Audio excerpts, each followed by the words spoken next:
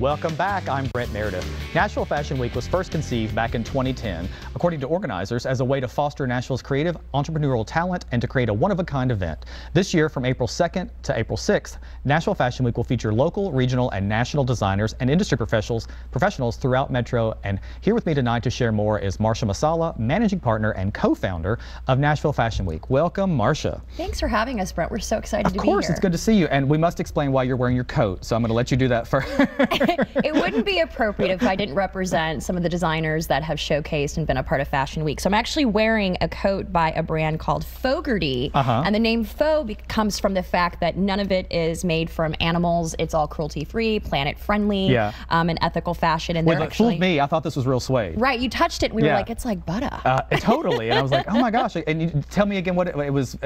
Describe it to me the way you said it again. So it is conscious fashion. It's cruelty-free. It's sustainable, and it's not made from animal leathers or suede. Fantastic. So, well, I just love it. I think it's great. Plus, if you hadn't worn it, you'd have blended into the sofa. I would have blended in. I know La Ginato's dress would have blended into the red. But yeah, we'll talk a little bit more about it. But they're a part of our Sustainable Summit this year. Cool. Now, before we jump in, I want to talk a little bit about you. Oh, so boy. You're here with me. I just want to know your background. Why is anyone watching tonight? Why should they listen to you? What's your personal journey, and how did you get to Nashville Fashion Week? Well, I'm one of the crazy people that decided to found this thing. We started conceiving the idea, and like you mentioned, in 2010. And what we saw at that time was a need to give a platform to the fashion community.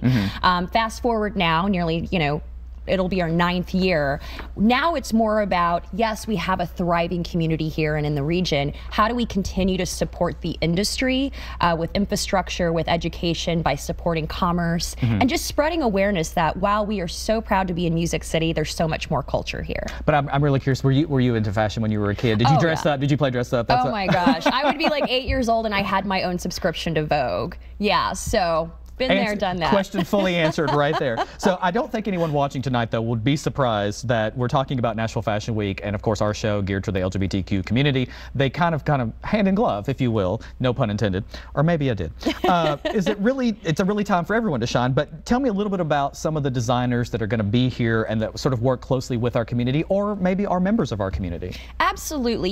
You bring up a really great point. One would not exist without the other, and not just in Nashville. If you look at the history of fashion, inclusiveness with that community has obviously become more prominent as we become more accepting as a culture, but it's always been there.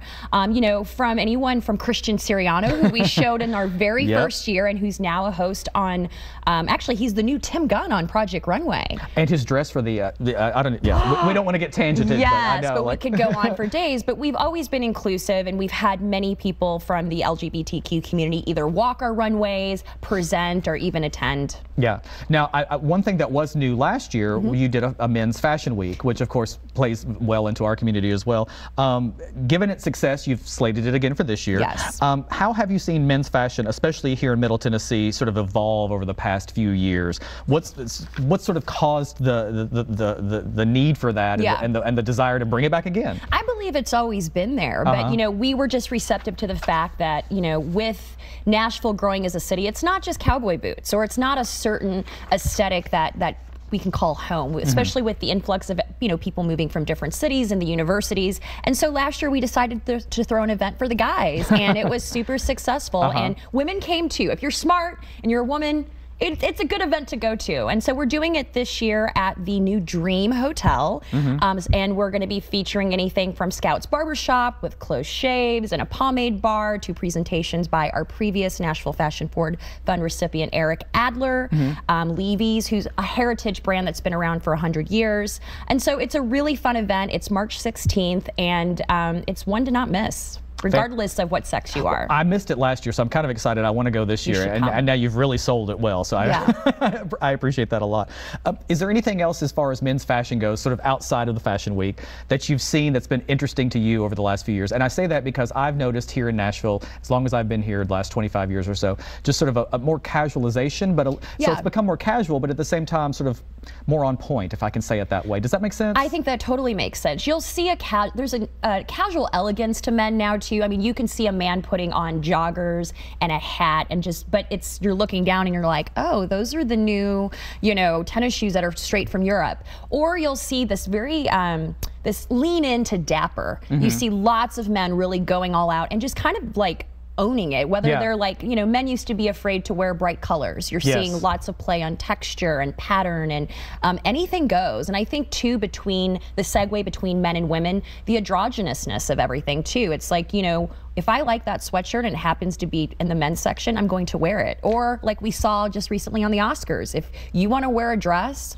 wear a dress. Which is interesting to me because growing up, you know, there was the men's department was here and then the women's department was here, you know, so there was so much more to see and to choose from, and it's like, oh, can I get away with that? And I've been guilty of buying, you know, like women's jeans because I'm short, you know, that sort of thing. But it's interesting to see that sort of translate into sort of the heterosexual male wardrobe, you know, that sort of head to toe put togetherness that went from, you know, I guess, what was it, metrosexual? Was that sort of the original term for the man who cared what he looked like? Which is so kind of awful, right? Really just because you want to look nice and present yourself, then all of a sudden you're metrosexual. Well, but it was also interesting to me that metro, of course, making it sound as though it's something that only city guys or city folk would do. Yeah, right. You know? But it's interesting to see that translation. I grew up in a rural area, and I go home and I visit my family up in Kentucky, and I'm like, oh, this is great. You know, when I was in high school, if you were that put together, you were obviously gay, and so I was, you know, that sort of thing. But now you can be put together and not be assumed to be a certain way. And there are some really stylish men in Nashville. I travel a lot to, you know, the bigger cities like New York, for instance, and you can put a guy who's having a bagel in East Nashville,